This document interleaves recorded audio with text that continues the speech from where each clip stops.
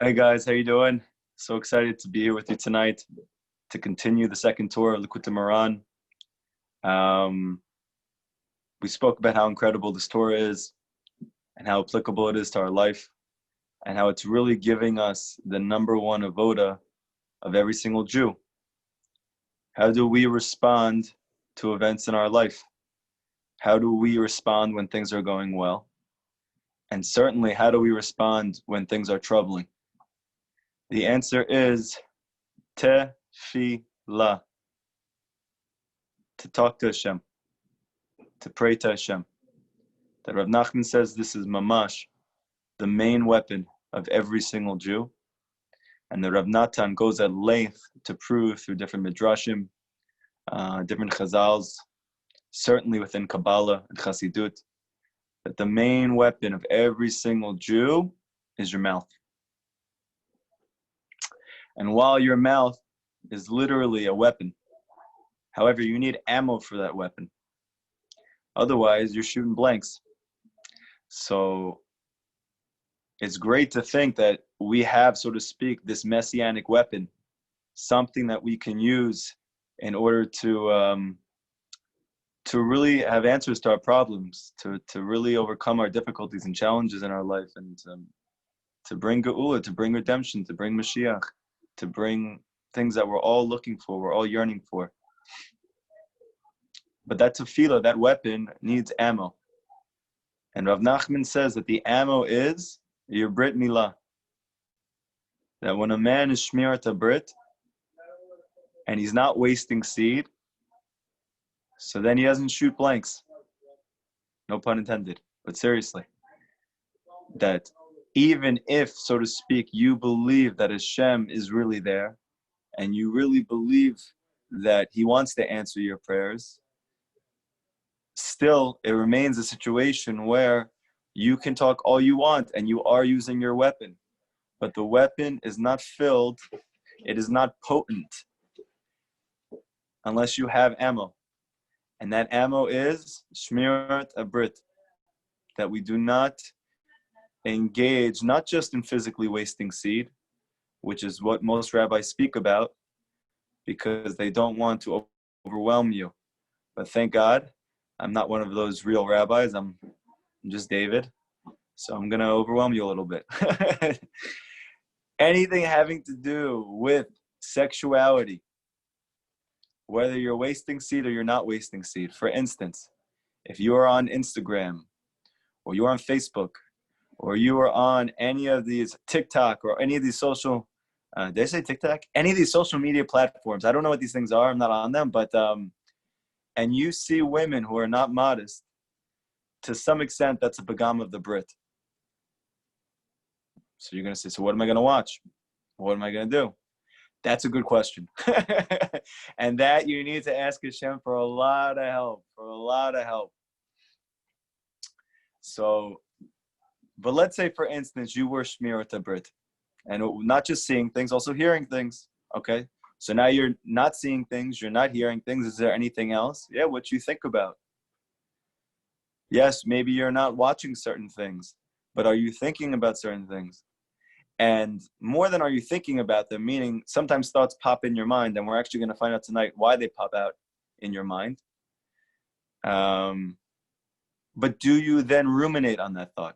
Now, we often grow up thinking, what else are we going to do? I had a thought pop in my head. I should think about it. But Rabbi Nachman says that your thoughts are like wild horses. And it's up to you, and it's completely within your power to rein them in. So meaning, when you don't want to think about that thought, what does Rabbi Nachman say to do? Think about another thought. Now, most people will tell you, just don't think about the thought. And Rabbi Nachman says that doesn't work. And I think anybody who's watching the class and listening knows that just trying not to think about it doesn't work. But Rabbi Nachman gives an unbelievable suggestion, something that sounds too simple to be believed, and it makes so much sense. But Rabbi Nachman says explicitly, you can't think two thoughts at one time. Only Hashem can do that.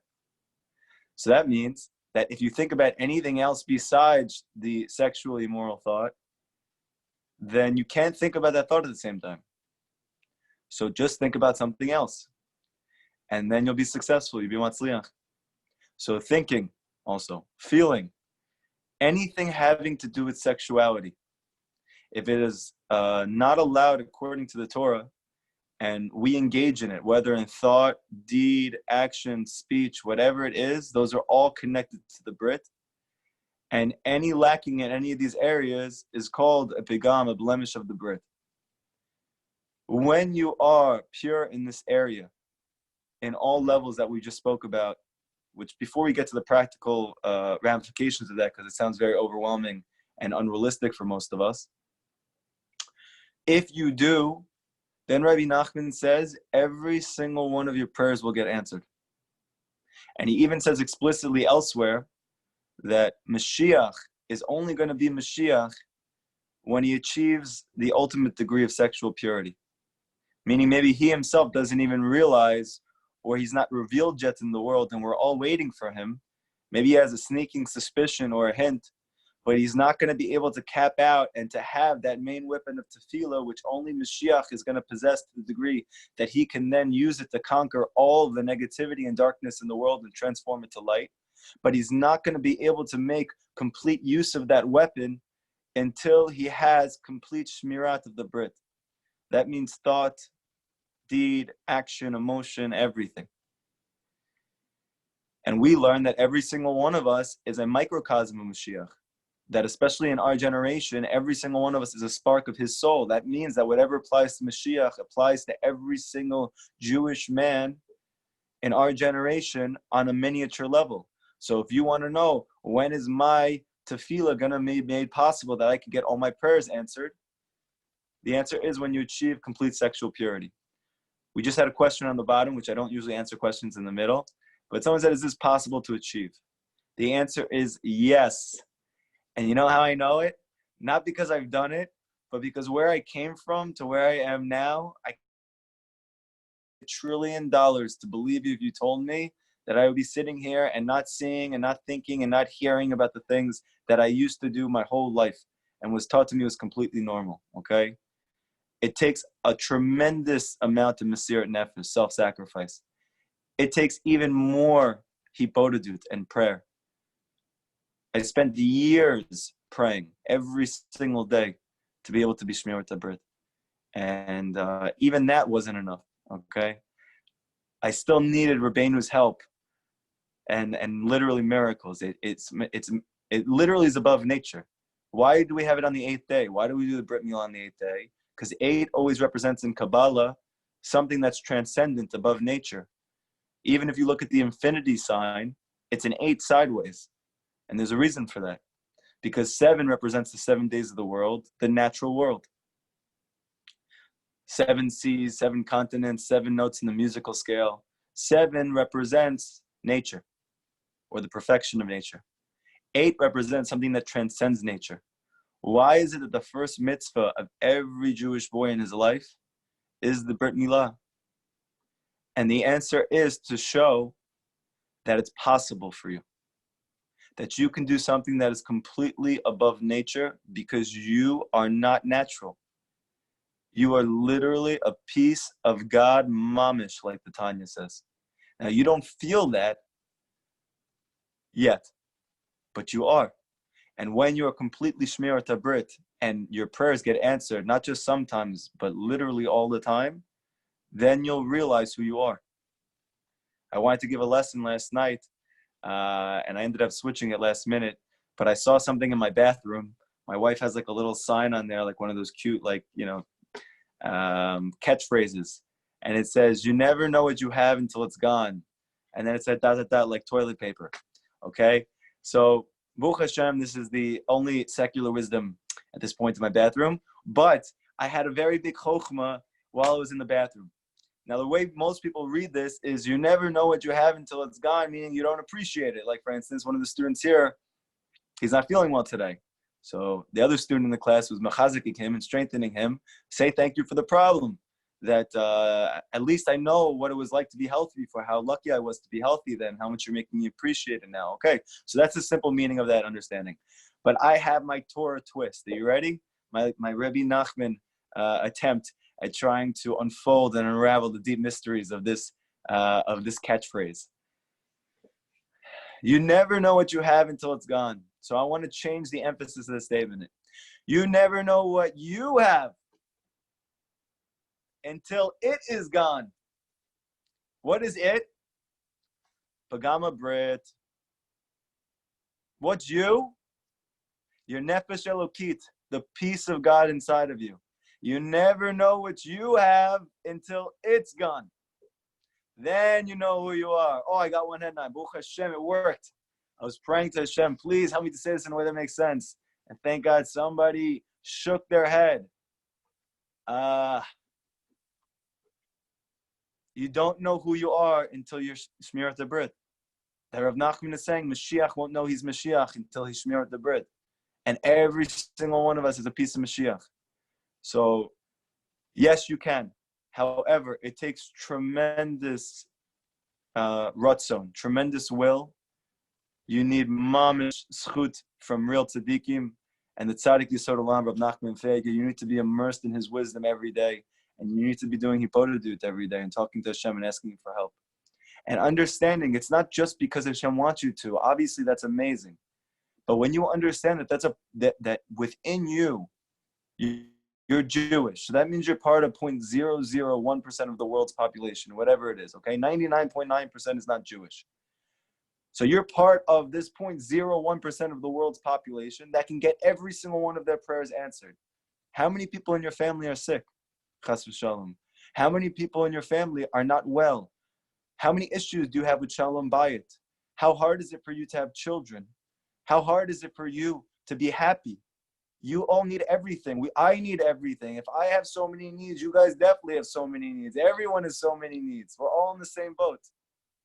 So when you understand what's at stake and that you literally have a superpower within you, that you can get all your prayers answered. Rabbi Nachman is not saying that to make you feel good. He's not saying that to empower you. He's saying this is a mitzvah. This is a spiritual reality that you were given, and the sign is on the 8th day. Brit Milah. That's it. Boom. You're a superhero. You can do it.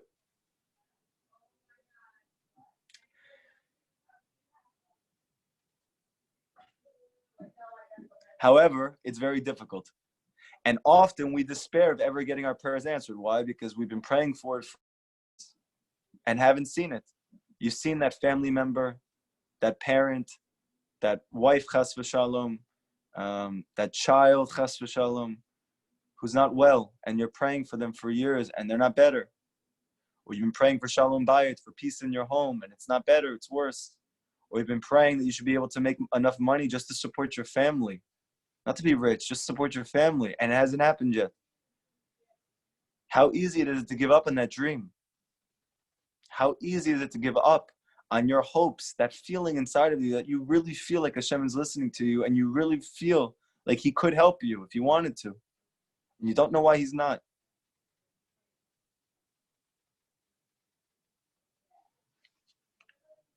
However, you need to know something. For everyone who's listening, please listen to me. If you are mamish davik, attached to Rav Nachman, and you learn his wisdom every day, and you try your very hardest to do the things that he suggests to do, and you talk to Hashem for an hour a day, and you're asking him in that hipodadut that you should be shmirat the Brit so you can get your prayers answered, so you can save the world, then you will realize that this is a stage. And ultimately, you will succeed. And you'll know it because all your prayers are getting answered. But no, it's just the stage. You will get past it.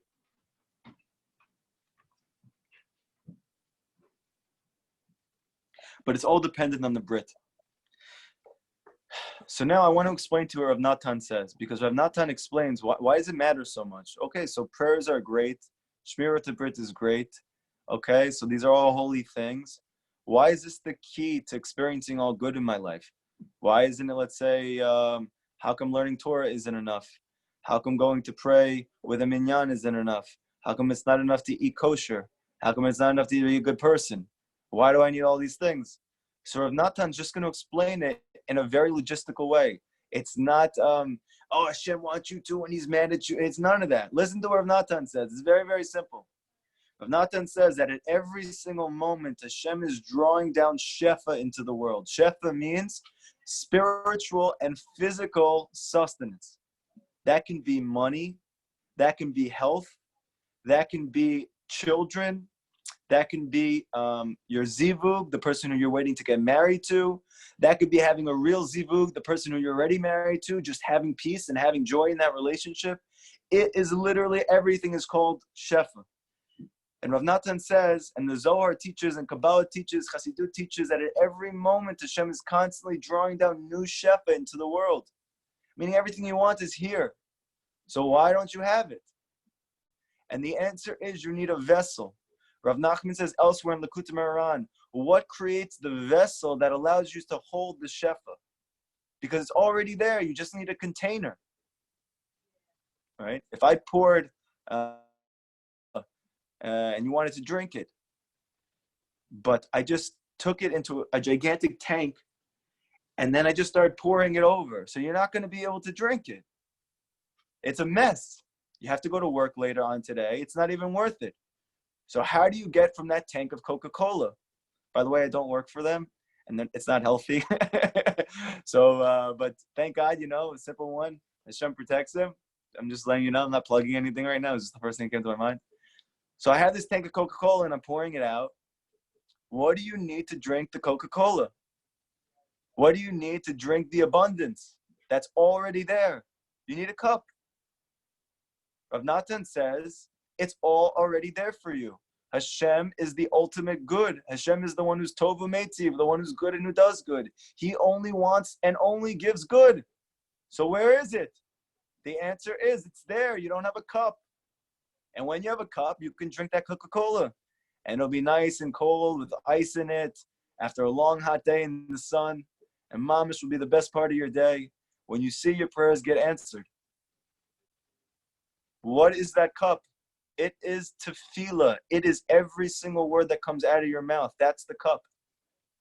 That's the cup. But that cup is only sturdy.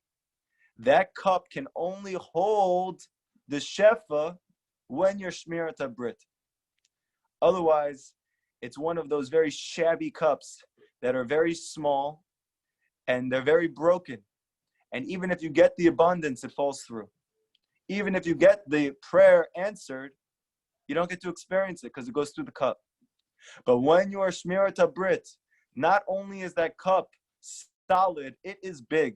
And the degree to which you are shmirat habrit, to that degree, that cup is big and strong.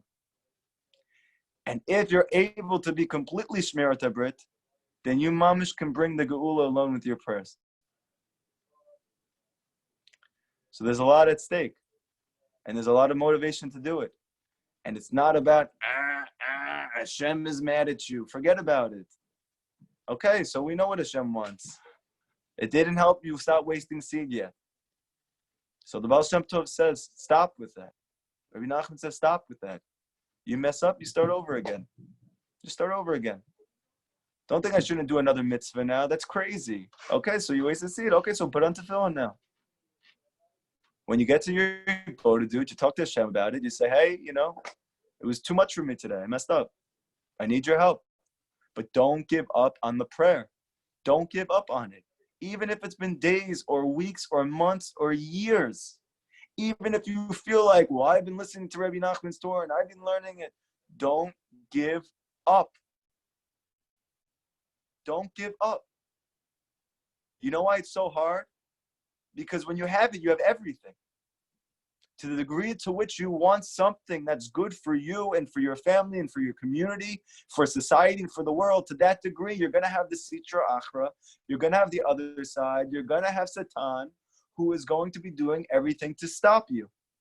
So if you want the ultimate good, which is the weapon of Mashiach in your pocket, that you can mamish do whatever you want with your mouth, so you have to be ready for tremendous resistance and falling many, many, many times, many, many, many, many, many times, many, many, many, many times, but it doesn't make a difference. You just get up and you start over again. And you ask Hashem, nothing's worked for me yet. I stopped for a month. That was amazing. I felt so good. I really felt encouraged and motivated. But I gave it up. I just, it was too much for me. But what do you expect from me? I'm just a person. I'm surrounded in society. I live in New York City. I would love to be in the land of Israel. I'm not there right now. All the airports are closed. What am I going to do? I'm here and I'm surrounded by all of these things. I'm just a person. Hashem, give me the advice that I need that I haven't heard yet. Give me the wisdom to learn that I haven't seen yet. Give me the power within myself to believe in myself like I haven't felt yet. Whatever it is, but don't give up on it. Because I promise you, with someone as strong as a will as I have, and to fall and fail in this for so many years, we're all impervious to it. We're all affected by it. You're not made to succeed in a straight line like the world teaches you. It doesn't work like that. Nothing works like that. You fall and you get back up. And this isn't just a psychological reality. The Gemara says it. Who's a tzaddik? Someone who falls 7 times and he gets up. So we think it means, okay, he succeeded. It means to be a tzaddik, means to fall. You have to fall. That's what this world is. This world is falling and getting back up and falling and getting back up. You just get up and you start over again. And you ask Hashem, give me whatever I haven't been able to do yet. Because I need your help. We need your help.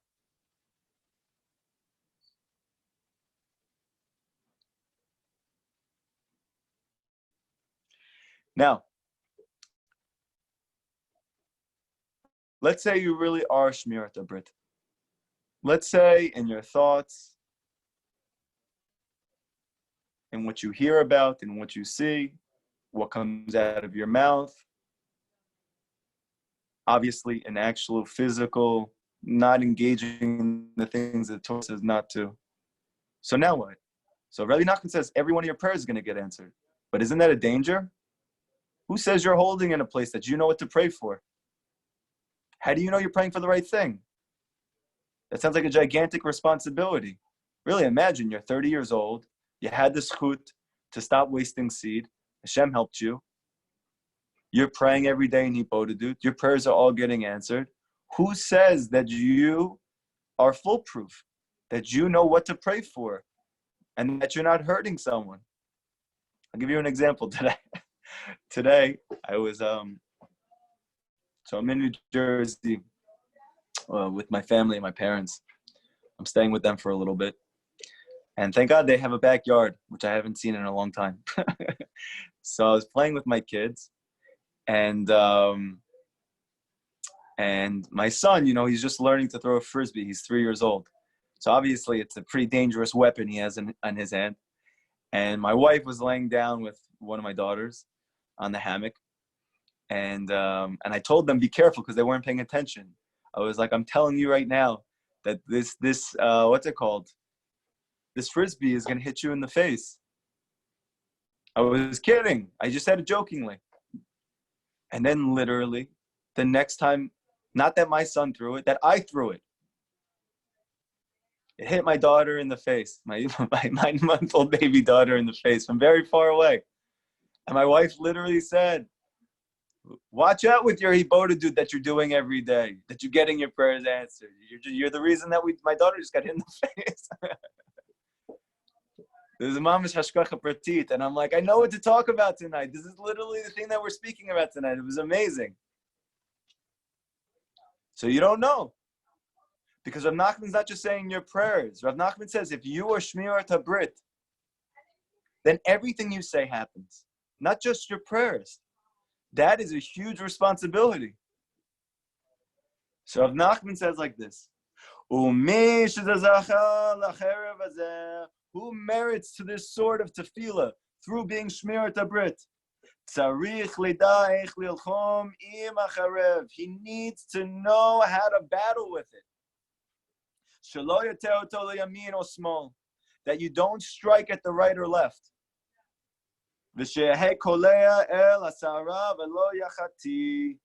but that you're able to strike at a hair and not miss. And it makes sense, right? We're saying, mamish, that if you're Shmirat Brit and you pray or you just speak, it's going to happen. So how do you make sure you're praying for the right things? You have to be able to know how to use the weapon properly. Not to swing to the right or the left like I did today, and then my family got hit in the face with a frisbee.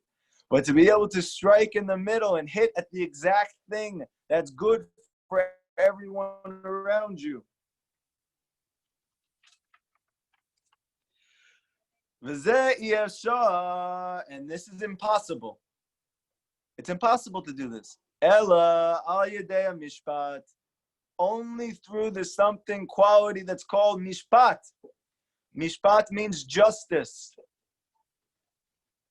Only through justice.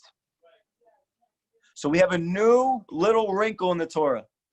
Rabbi Nachman is setting up and whetting your appetite to be able to have the weapon of Mashiach in your hand, but now he's saying, but now you have it. So you need to make sure you use it properly. And he says it's impossible to use this weapon properly if you don't have something that's called justice. What is justice? Is it just I do the right things? Or what is justice? So in Kabbalah, it's explained that within the 10 Sfirot, right, we know that there's Keter, Chochma, Bina, Chesed, Gevura, Tiferet, Netzach, Hod, Yesod, Malchut. However, there's 3 lines. Right? There's 3 lines. Even though there's 10 Sfirot, it's configured in 3 lines. So you have a right side, you have a left side, and you have the middle. So now Rav Nachman saying the entire middle line is called mishpat. It's called justice. So Rav Nachman is actually, like he normally does, he sounds like he's speaking about simple things, and he's alluding to the deepest mysteries in Kabbalah. To be able to pray in a way, not just that gets answered, but you pray and you get answered in a way that's good for you and for everyone else, you need to be able to hit the middle line of the Sfirot, not to the right or to the left. What's the reason for that? Because Kabbalistically, the right side represents chesed, or kindness, or love. Now, while our generation, and definitely Western civilization, thinks that can only be a good thing, love, love, love, it's all you need. So there's an issue with that, because the Torah says not like that. Hashem says not like that. Yes, it's very important.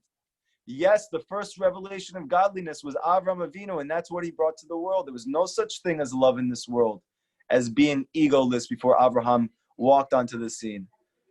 But we are not called Bnei Avraham. Why? Because he had a son named Yishmael. And that son took chesed, he took love, he took moving beyond himself for the sake of faith to a level that Hashem didn't want. And we still see it to this day. It's not that Avraham doesn't have enough faith. He has a lot of faith. Yishmael also has a lot of faith. But he doesn't use that faith within boundaries. And what happens to a person who uses his faith to end up being actually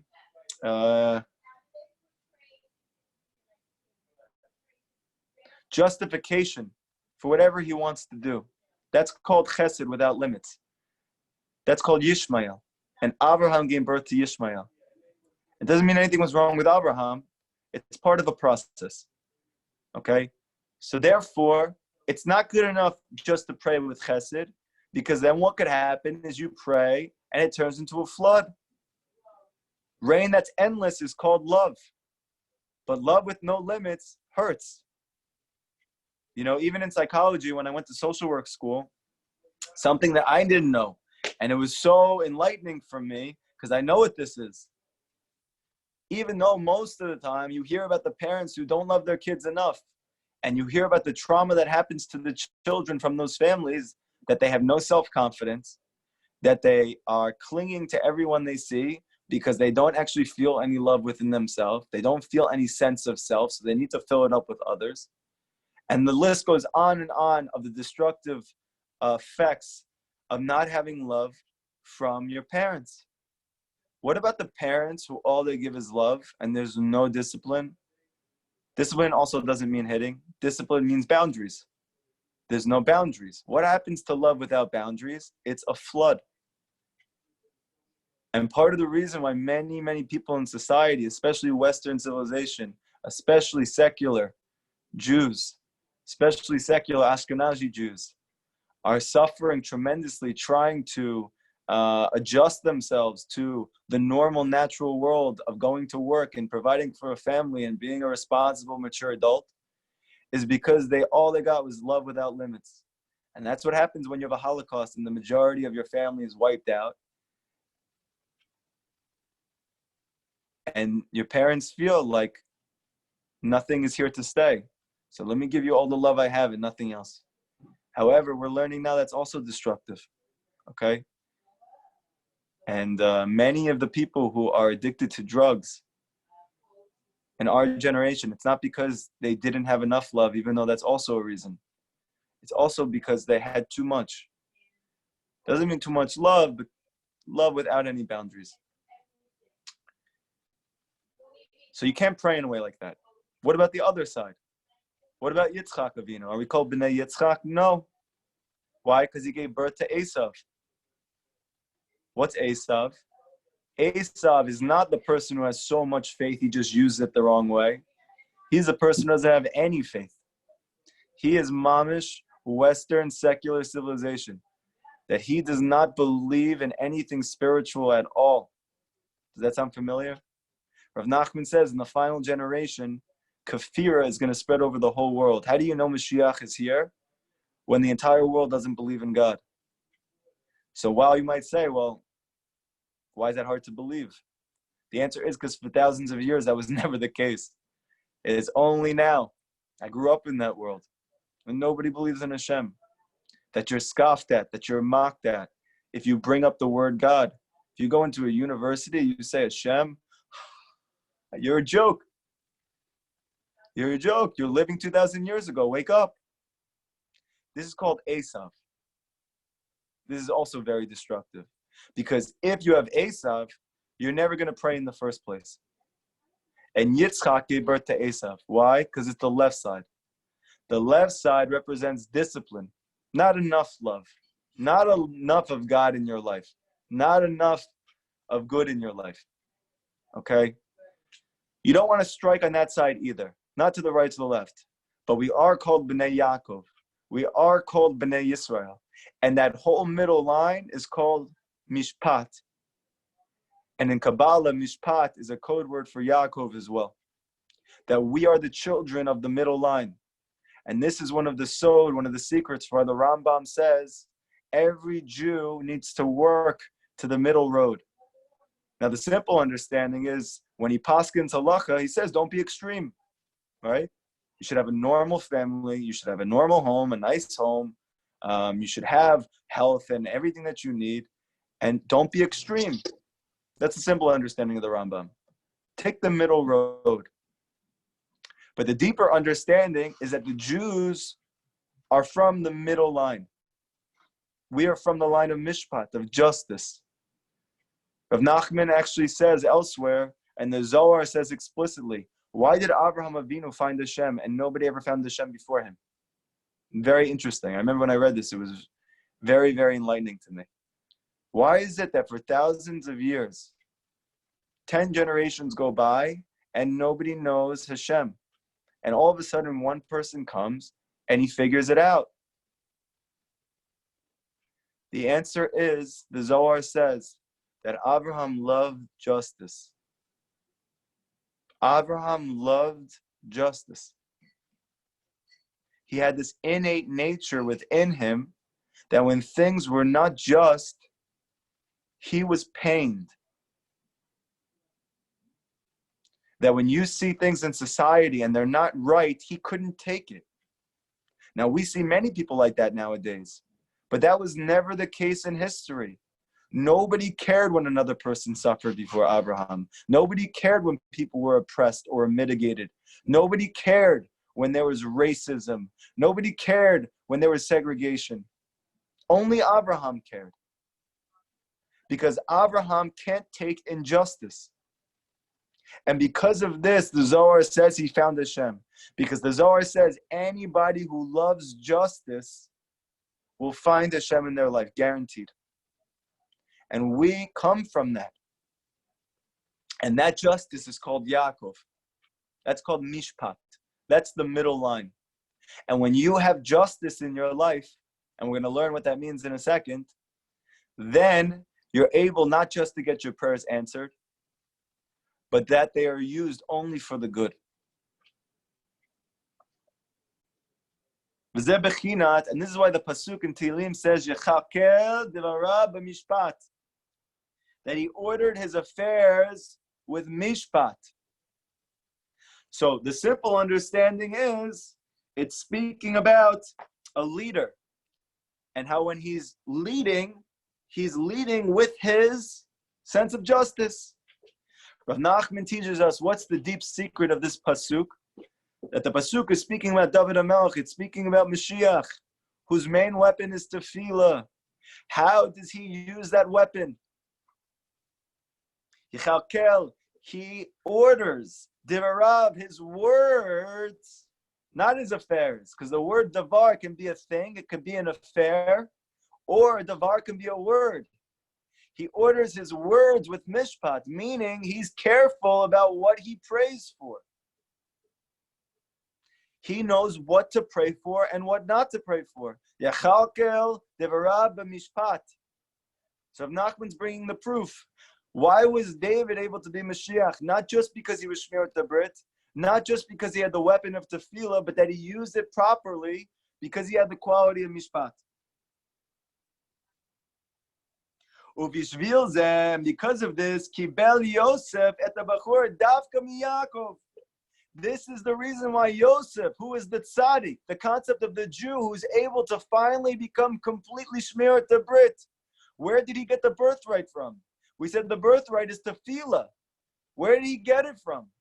He got it from his father Yaakov, who's mishpat. Only the person who has justice can give over this quality in a way that's good. So only Yaakov can give it to Yosef. Yosef is the Jew, like all of us are trying so hard to do, to become Shmirat Brit so we can get our prayers answered. But when you do, it's only Yaakov who can help you take it in a way that's beneficial. Only he can give you the birthright. Because he is mishpat, he is justice.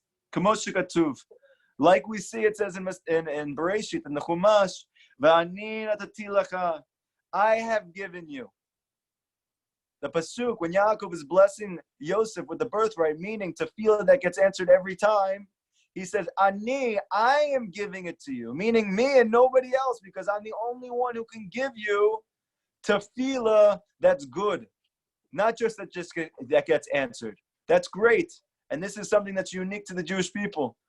But not just that, but that it's just, that it's good for everyone, including yourself. V'ani natati lecha, ani daika, I'm the one who's giving it to you. Shehu bechinat mishpat, because Yaakov is mishpat. V'zeh ki chok Yisrael hu. How do we know that Yaakov represents justice? Where do we see that? Okay, in Kabbalah, they explain it explicitly. That he is the middle line, he is mishpat. But do we see anywhere in the Torah that that's so? Yes, it's an open, explicit pasuk in Tehillim. And every Sephardim knows this. Why? Because they learn Chok Yisrael. What does the pasuk say? Ki Chok Yisrael hu. It is a Chok to Yisrael. Who's Yisrael? Yaakov. What's Chok? It's justice. Bechinat Brit. So Ki Chok Yisrael. What's the word Chok? Even though we usually read it, it means a law. Right? It means a law, a chok. However, we know that a chok is a law that doesn't make sense. There's different types of laws, right? There's mishpatim, there's chokim, there is mitzvot, right? There's different types of laws. A chok is one that has no reason that you can understand. What's the reason for that? Bechinat Brit, because chok is a code word in the Torah for the Brit. Just like the Brit doesn't make sense. Just like it doesn't make sense for a person not to be able to weigh seed. Just like it doesn't make sense for a person not to be able to, or to be able to hold himself from looking and seeing and thinking about things that are sexually not allowed according to the Torah. So that's a chok. It doesn't make sense. Ki chok Yisrael. Who's Yisrael? It's Yaakov. It's Jacob. It's justice. Meaning these two things are linked. You have the Brit, the chok, but you also need Yisrael. You have the Brit, you get your prayers answered. You have the chok, but you also need justice. Yisrael. Kalmus katuv, like it says, chok bisero sam. That the pasuk says, a chok was placed on his flesh. What flesh? His Brit. So he's bringing different proofs to show you that the chok is always the concept of the Brit. Mishpat le'elo hey Yaakov. And we have another pasuk, what we say on Rosh Hashanah, that it's mishpat to the God of Yaakov. Why isn't that to the God of Yitzchak? Why is it not to the God of Avraham? Not to the God of David? Because mishpat is always to the God of Yaakov. Haynush tzarich Yosef lekabel zot achachere b'chinat mishpat. Meaning that Yosef, or the Jew who smeared the bit, he needs to receive this sword with the quality of mishpat. So that your words are carefully dispersed from your mouth and they're beneficial for you and everyone around you. That's why it says, V'zeb mishpatecha lemelech ten. Oh Hashem, give your mishpatim to your king. Why? Shemashiach yikabel b'chinat mishpat. Because Mashiach receives from Yaakov. He receives from mishpat. He receives from justice. So we're learning, in summation, 3 things. And then we're going to continue Thursday night. 1, you have a weapon which is in potential, that you can get every single thing you want in your life through your mouth. However, your only ability to do that, and to the degree that you want it to be effective, and if you want every single one of those prayers answered, you need to be completely shmirat brit. If you're half, then your cup is half. If you're 3/4, then your cup is 3/4. And Rav Nachman says, if your cup is full, you get every single thing that comes out of your mouth happens, not just your prayers. So now what do you need to do? You need to make sure you use that sword carefully. Mishpat, justice. The obvious question everyone should have is, how do I get this quality of justice? What do I learn about justice? Do I learn the mitzvot? What does that even mean? The answer is, you're going to find out Thursday night. So stay tuned. Before we move on, and we have questions, Avraham Kaufman, are you there? Yay or nay? Avraham, are you there? No. Okay. He's here, just he has to unmute himself. Avraham, unmute yourself. Where did he go? Okay, Avraham, I'm going to unmute you. And I Yes. Okay. So last night, Okay. 1 second. Last night we had the schut of having the Chashuv Benjamin Roberts come on and talk about his Ibodadut experience. And that was his idea. It was an amazing idea. Everyone in Sion agreed. This is a beautiful, beautiful thing that we can all be helped and inspired by. And thank God, Baruch Hashem, I had another friend, another good dear friend of mine, who's also a student in Sion, who wants to tell over his Ibodadut story, one of his Ibodadut stories. So everyone, if you could just listen to him, try to get some inspiration from him. Bezrat Hashem, if anybody else wants to give their Hipodadut story, so please email us at sionbreslavproject@gmail.com and let us know. Or if you have my number, text me. And also, don't forget, go on your Instagram if you have it, and do hashtag We Do Hitbo. We do Hippo, okay? We want to get all of your guys Hippo dudes. You don't have to take yourself because obviously that defeats the purpose of Hippo dude. But when you're done, talk about it. Tell everybody. Mashiach will come when all the Jewish people talk to Hashem. You have my word, I promise you. If we can get every Jew to go out to the field and to talk to Hashem, Mamash, you will be in Eretz Yisrael, in Yerushalayim with the Mashiach, and we will have world peace. So we need to help each other. We do Hippo, okay? Avraham, go ahead. Please put on your camera. Yeah. So maybe we should call. Avraham, you need to put on your camera so we can see you. And your voice is coming in and out. So make sure it's nice and clear.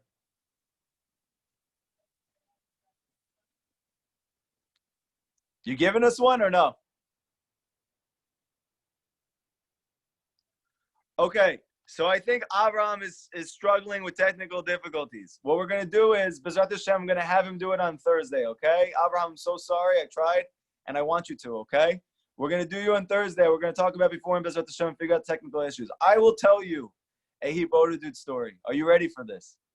As I say to my kids at the Shabbat table, are you ready? Okay? Wait, David, do we not have class tomorrow? No, we do. We have a class for women because on Wednesday night we have a big BRI party, and therefore I don't want to lose the women's class. So we're gonna have Thursday only. Okay. Avraham, Okay. Yeah. Are you there? Yes. Sorry. Yes. You know this is. I'll go Thursday. Okay. Okay. So I want to call this section. We want to see your face. Okay. So called the word adut is basically Avraham, testimony. Wait, so wait. Show your punum. I'm showing. Here's my face. What do you want to see? What more do you need? On so we can see you. I did. It's supposed to be. Everybody sees me but you. Really? Everyone can see Avraham? Yes. Oh, I see you now. There's two Avraham Kaufmans on here. Sorry about that. Go ahead. Everyone, look at the new Avraham Kaufman. He's apparently living in two bodies. Go ahead. Sorry, Avraham. Okay, so the word adut is like it's testimony. I call this section adus, right? So that's I'm known Rabbi Nachman for many years. If you don't know, so living today. So basically, Avraham, you're coming in and out. Listen, Avraham, you're coming in and out. Hold on. Your connection's not good. We're all waiting on hands and feet and legs. Give me 1 minute. All limbs. It just shows how good this is because Yetzirah doesn't want us to go. So let me just try and get better reception. I'll move outside. Okay, so basically, can you hear me better now? Yes, Baruch Hashem. Okay, Baruch Hashem. So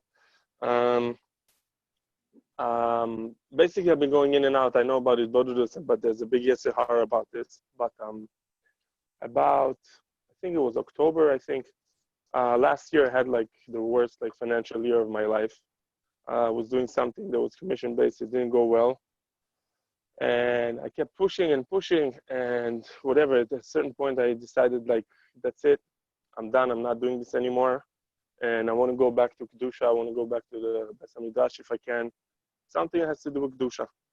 So I've decided to really put my efforts into it, to do at least an hour every day in the field.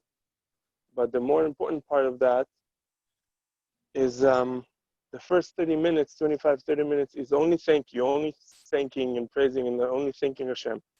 And it's not just last year. I've been struggling with Parnasa for many, many, many years. Ever since I got married, I never really was able to push the envelope in the land of opportunity. But I started doing a thank you every day, at least for 30 minutes. And small things, I started first, thank you Hashem, that I'm not I'm not a virus, I'm not a microbe, I'm not whatever it is. Thank you that I'm not a fish. Thank you that I'm not a rock. Thank you that I'm, not an animal. Thank you that I'm a human being. Even more so that I'm Jewish. Just adding stuff that I'm religious, that I'm close to Rabbeinu, to the big tzaddikim, that I have Rav David, I have Binyamin, that I have all these, and all these things, and then also singing. A lot of the time was just Tov Lodos Hashem, Tov Lodos Hashem. Mom is just singing and thanking, and then if you can go even to thanking Hashem for things that are not going so well, and I'm praising, thanking, and after about like 2 weeks that I'm doing this, a friend of mine calls me, and he says to me, listen, I spoke to this guy, this and that. This guy, he has a son in one of the local Jewish schools, yeshivas, elementary, and he's looking for a shadow for his son. Are you interested? Not that I'm such a professional, but I said, yeah, sure, I can teach. I can go being a shadow for this kid. And he took me, and I told him, but listen, I have to get like a certain amount a week, which is pretty high, especially if I thought it would help from the government, but they were paying on themselves, and the father of this kid was like an Avraham. He didn't have the money, really. But I just said I was doing thank you and praising Hashem, and they took me, and I started working. And then after about another week or two of me working and going into the borders, because I has to wait whatever till they see all the candidates and they want to take me, and I think it was school break, whatever it is. So a friend calls me again. He said, listen, what are you doing after you're going to be teaching in yeshiva? Doing the shadow. He says, I'm pretty free. He says, how about you want to do some Yisachar and Zvulun, meaning you want to be like in Kollel, but there's somebody who's looking for, there's this Baal Bait. He wants to pay somebody to learn, and he's got these certain materials that he wants to learn, and he'll pay you for it, and he'll pay you pretty good. Just sit and learn these materials, different tasks that he wants to learn. You finish with yeshiva, you go learn for like an hour or two, go home for like an hour and a half, and then come back and learn for another hour. I said, great, it was amazing. And this was the best financial time and parnasa that I had. It was in holiness, it was in kedusha, it was in yeshiva, it was with learning Torah all day long.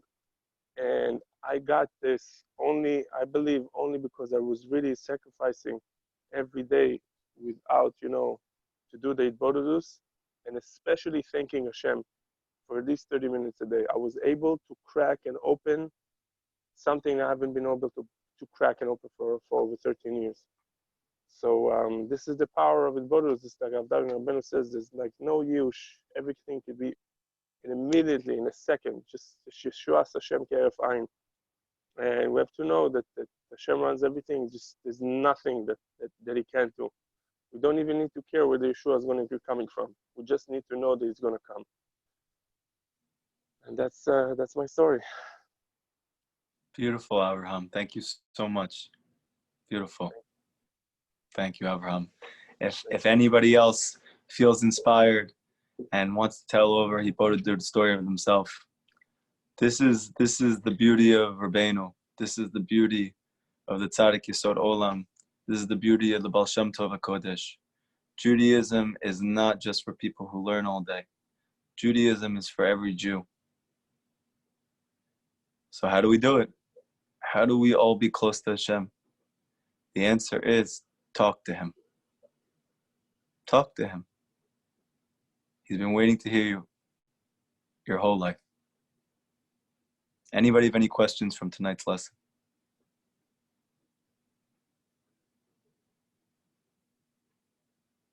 No?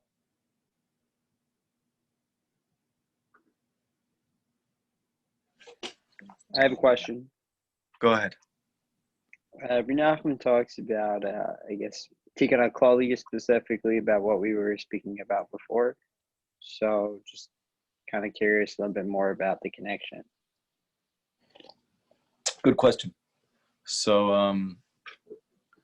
Rabbi Nachman says something incredible, and this is a long discussion, but just in a short, that ever since Adam Rishon, all the tzaddikim have been trying to figure out a tikkun for the Brit, a rectification for the Brit, that a person can do, and to be considered by Hashem as being completely shmirat Brit, Why?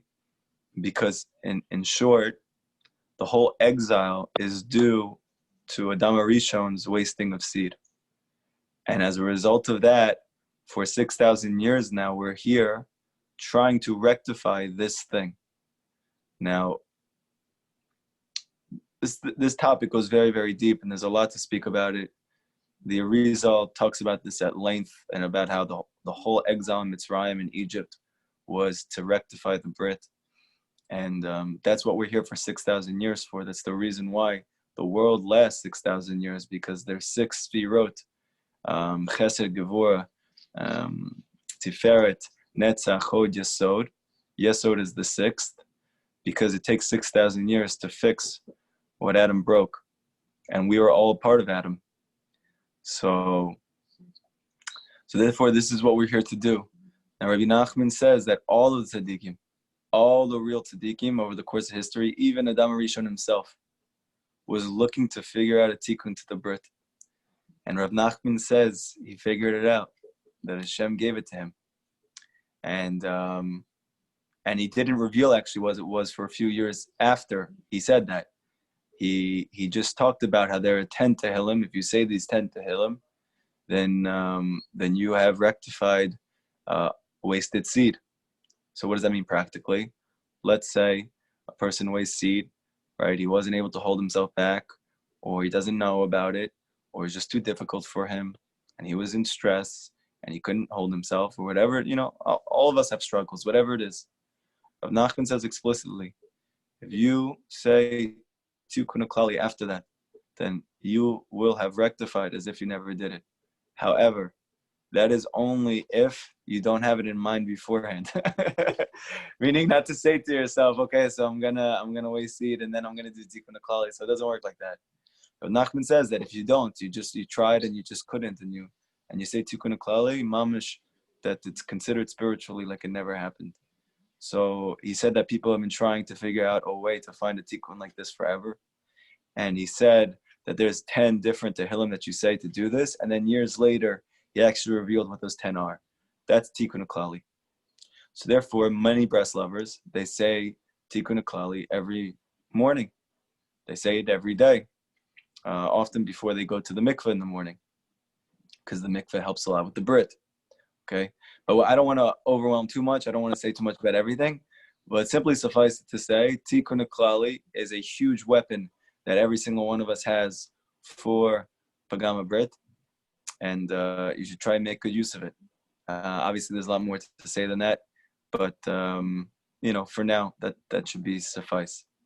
And obviously, that would help you to get your prayers answered, because we're saying the whole reason prayers don't get answered is because of a lacking in this area of sexual purity. Thank you.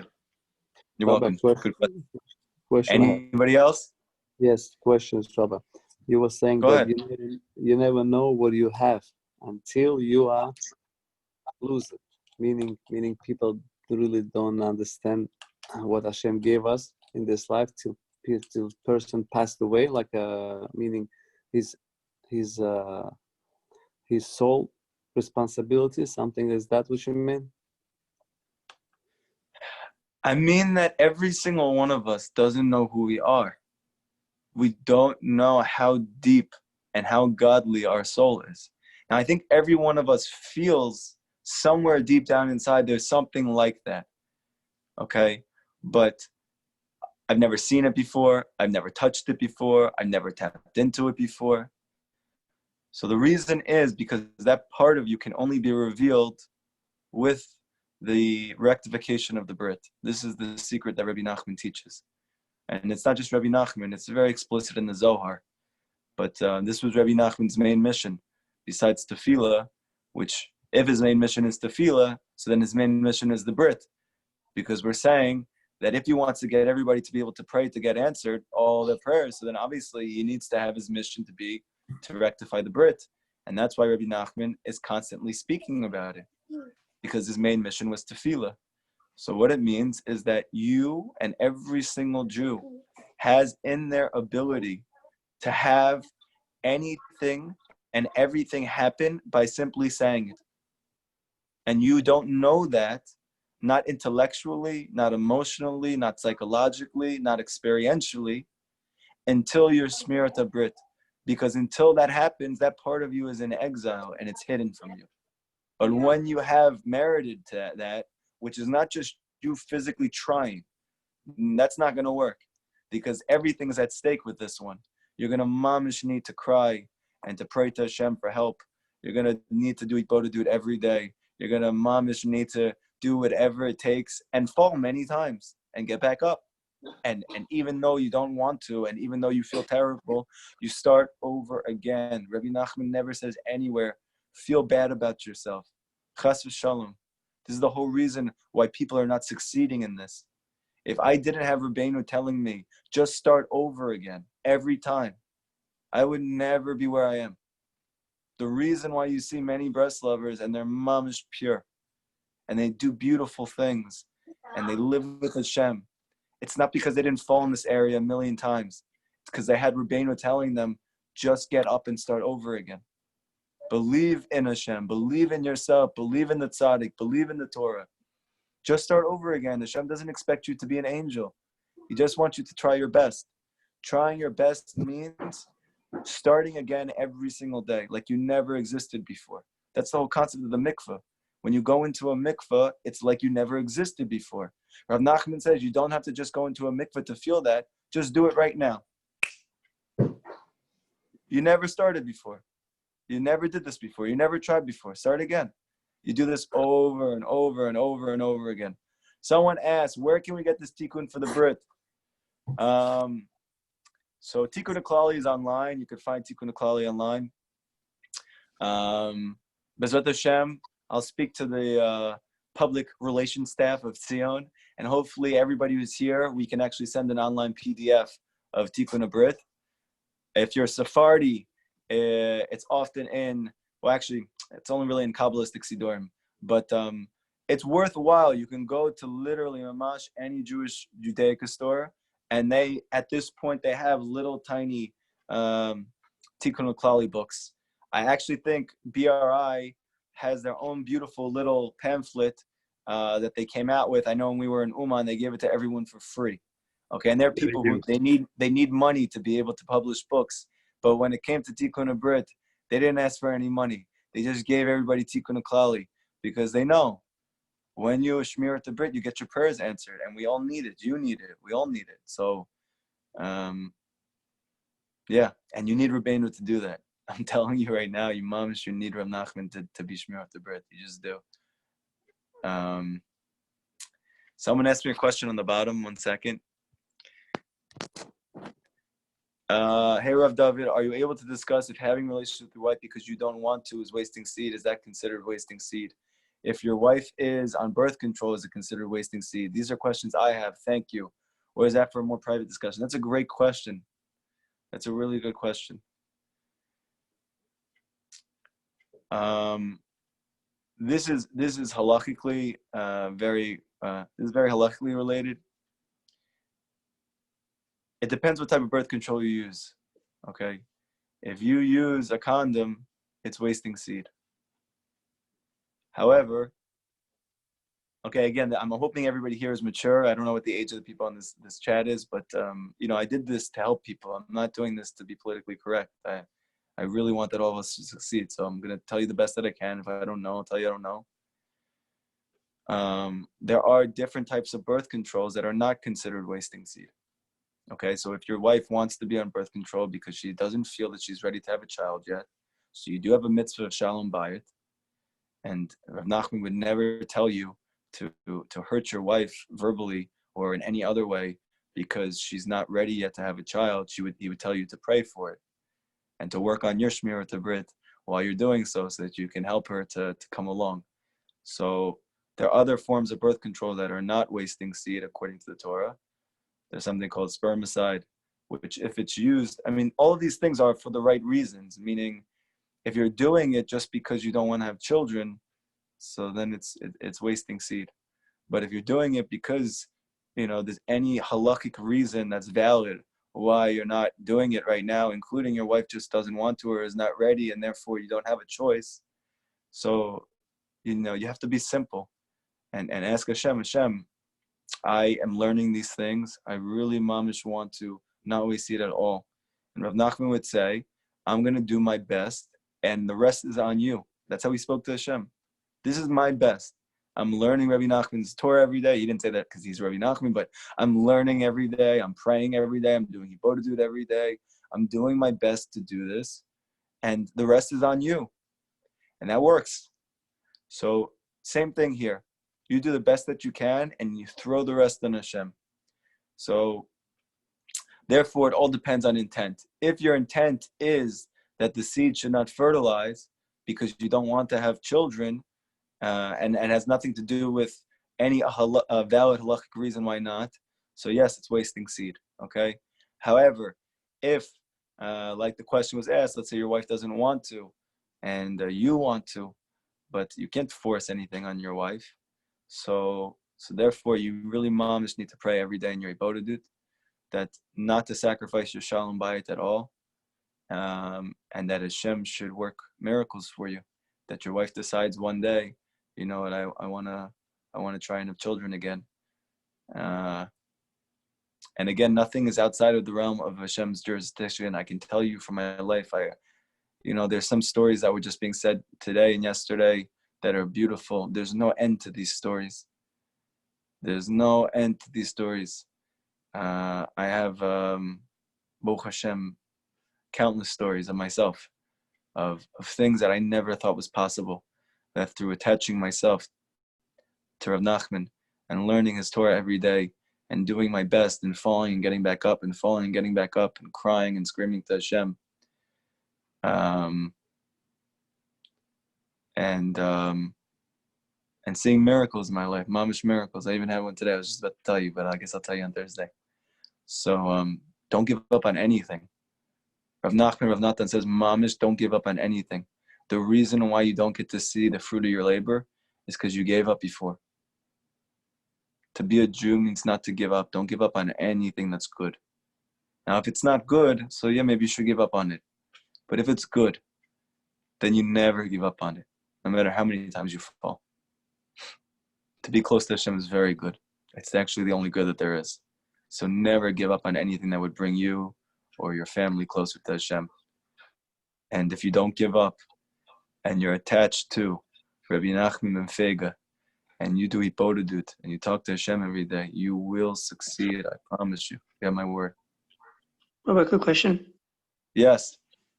2 questions.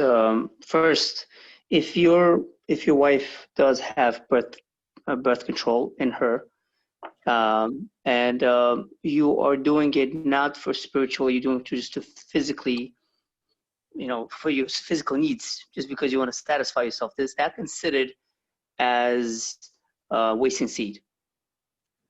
So according to the strict definition of wasted seed, it doesn't, okay? But according to Rabbi Nachman, and the reason why I'm saying according to Rabbi Nachman, because according to Kabbalah and Chassidut, and when Rabbi Nachman says Shmirat Brit, he doesn't just mean having kosher relationships, meaning I'm only with my wife and not anybody else, which we obviously know is kosher and very good. He also means, what do you have in mind? Okay, so even though it's not it's not a vera chas v'shalom at all that you're with your wife, it's very good. It's one of the holiest things that you can do. However, as you're growing in the area of the Brit, it's something worth praying on and working on, is that even within the act itself, that you are trying to use it. And this is in general in life, and this is really what the Brit Milah is, and this is something actually I wanted to speak about. What does it mean to be Shmirat Brit? It means, what's your perspective of the physical world? Do I use the physical world for physical pleasure, or do I use the physical world as a vehicle for spiritual revelations? If you use the physical world for physical pleasure, that is called Pagama Brit. But if you use the physical world as a vehicle to experience something transcendent, something kodesh, something godly, and that's how you interact with the world. That when I go to eat, I could obviously just eat, just for the food because I'm hungry, and there's nothing wrong with that according to halacha. However, Rav Nachman's trying to get all of your prayers answered, and therefore it's not enough just to eat kosher food. Then you have to eat for the sake of being closer to Hashem, and these things are very difficult. And to be able to have relations with your wife just in order to have closeness with Hashem, also very difficult. So therefore, everything is levels. You have to keep working on it. You have to keep praying to Hashem for help in these areas to even know what is considered a higher level of Shmirat Brit and what's not. So, but Rav Natan says explicitly, no matter where you're holding, if you are actively trying to be Shmirat Brit and you are attached to a true tzaddik, which thank God we're all attached right now, then you are considered by Hashem to, so to speak, have some type of Shmirat Brit, no matter where you're holding. Meaning you get some of the VIP card status of Rabbi Nachman, even though you're not holding there yet. And then eventually Rav Natan says, and you don't give up on it, and you stay attached to a real tzaddik, then you will eventually be Shmirat Brit and get all your prayers answered. Excellent. Thank you so much. Just one more question. I'm sorry. Sure, If the couples that have kids and they don't want to have more kids, they're at that age already, just to have while they're in intercourse, they're thinking that we want to connect spiritually, is that enough to be together? I mean, they don't want to have kids anymore. So just the act of spirituality, getting together. Right. So like we're saying that the Brit, according to Jewish mysticism, it's not only the physical act, it's what's going on in your mind. That's called kavanah. So there's a whole machloket in the Gemara about whether mitzvot need kavanah. Does a mitzvah need intention? Okay. Now, halachically, we don't necessarily always paskin that it does. You could just do the mitzvah, no matter what it is, and you have schar, you have credit, right, for doing it. However, according to Kabbalah, according to Chassidut, which is not just trying to get you to survive, but it's trying to get you mamish to live, to thrive, both physically and spiritually, and to be successful in not just all areas of your personal life, but in the life of everyone around you and for the Jewish people at large, and to bring an end to exile. So then mitzvot need kavanah. And that means that when you're with your wife and you can no longer have children anymore, then if you're working on being Shmirat Brit, it means having the right kavanah in mind. Now, obviously, a lot of us have a situation where our wives maybe are not holding by anything like this, not interested to be, not presently interested to be, don't necessarily put much value in things like this. And thankfully, Baruch Hashem, according to Chassidut and Kabbalah, the main kavanah that matters in the act is actually from the man. So therefore, it doesn't really necessarily matter exactly what your wife is thinking about. I mean, obviously, the more that everybody who's involved is doing it for spiritual reasons, only the better. But the main spiritual influence in the sexual act comes from the intentionality of the man. I'm sorry to cut you off, David, but I heard once about this especially thing when people are already older and they can't have even can physically have kids. The woman is too old. So even if they do it for the sake of like kedusha, there's neshamos that they create. Right. Good point, Avraham. Help. So yes. that's the machshava of the man could be, So yes, it's true. I waited for you to say it, but you didn't say it. So I'm I just appreciate it. Thank you, Avraham. Thank you. Safe, yeah, Rabbi Nachman actually discusses this explicitly elsewhere. That the Zohar said. Yeah, I'm just it is. I'm trying to give a prelude to everybody who's listening to the classes that eventually we actually speak about this exact thing that Avraham just said, which is that even when you are having relations with your wife and you can't physically have children, so the Zohar says that every single time that seed comes out, you actually do create, so to speak, some type of fruit.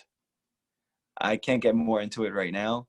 it's too deep of a topic and it's too lengthy of a topic. But suffice it to say, like Avraham just said, that actually every single time that a seed comes out, you are creating, whether or not you're having physical children with your wife or not. And again, for anyone who's not used to these things and has not used to hearing things like this can be very overwhelming. I'm telling you right now, don't worry, okay? Don't worry. And don't overwhelm yourself. Just be simple and ask Hashem every day that he should help you to be able to do what he wants you to do and to access these levels that Rabbi Nachman's speaking about. And I'm telling you right now, as a person who grew up in mamish, the complete secular world, that I was an atheist my whole life, that I don't want to get too personally, but I'm just telling you, if I can do it. It wasn't you. You were never atheist. It wasn't you. Okay. It was the other guy. Well, okay, whatever. If I can come from that place and to do the things that I did and to experience things I experienced and to think the way that I did, anybody can do this. I promise you. I promise you. I promise you. And my promise doesn't mean anything. Rabbi Nachman says it explicitly. Any Jew who connects themselves to him and doesn't give up on Hashem and doesn't give up on himself and goes and talks to Hashem every day and tries his best, no matter how many times he falls, he gets back up again, and no matter how many times and how long the fall is, he starts over again, you will succeed. You will succeed. Even if it's years, but you will succeed. Main thing is not to give up. Okay? So let me just, Aaron, are you still there? Public relations, Aaron. Not Aaron Davidoff. Is Aaron London there? Did he make an announcement in the beginning of the class while I wasn't there yet? Can anyone let me know if that was here? Does anybody know? Was there an announcement in the beginning of this class before I got on? Nobody knows? Not that I heard. No. He said you're coming in a couple of minutes. That's the only announcement there. Okay, so I'll tell you. Hopefully, Bezrat Hashem. The thing that's amazing about tshuva is it works even in retrospect. So Hashem, please help that this class was a Lilui Nishmat for my dear Rebbe, Rav Aaron Walken, and we should mamish have the highest aliyah of the neshama, and all the Jewish people who have passed on should have an aliyah of the neshama. All of our ancestors and all of our grandparents and all of our parents. And should only experience peace there, and that this should be a refuah shlema for Chaim Menachem Ben Leah, the whole reason that we're here learning these things, and my father Avraham Ben Sarah Esther, that he should have a refuah shlema, and Benjamin Ben Mazal, and Paltiel Ben Sarah, and David Ben Sarah, and Hinda Rivka Bat Chava, and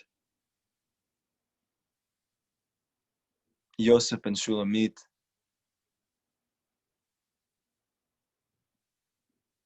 every Jewish person out there who's not well, please Hashem, please Hashem, please Hashem, bring refuah,